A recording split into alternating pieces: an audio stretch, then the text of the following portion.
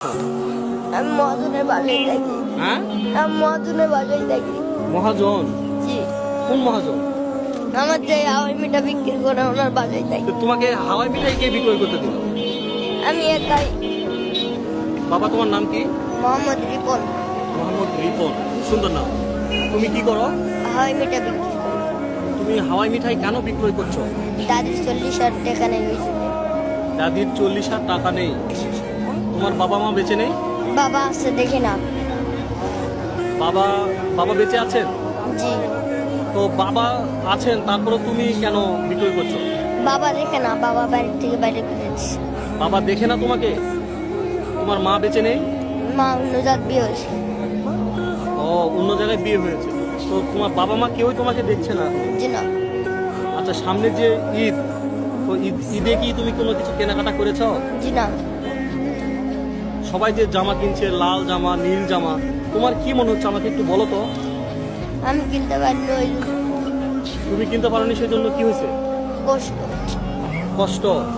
তুমি আমাকে একটু বলো তো, কি কষ্ট তোমার ভিতরে? আমি কিনতে পারিনি, তা মানে কি?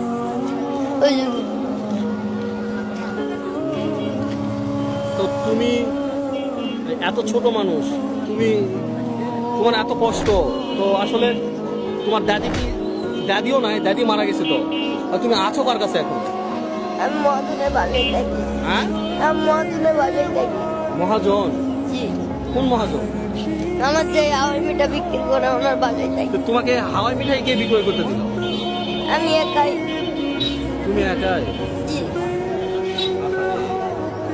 তো তো তুমি তাহলে আছো কোথায় আসলে?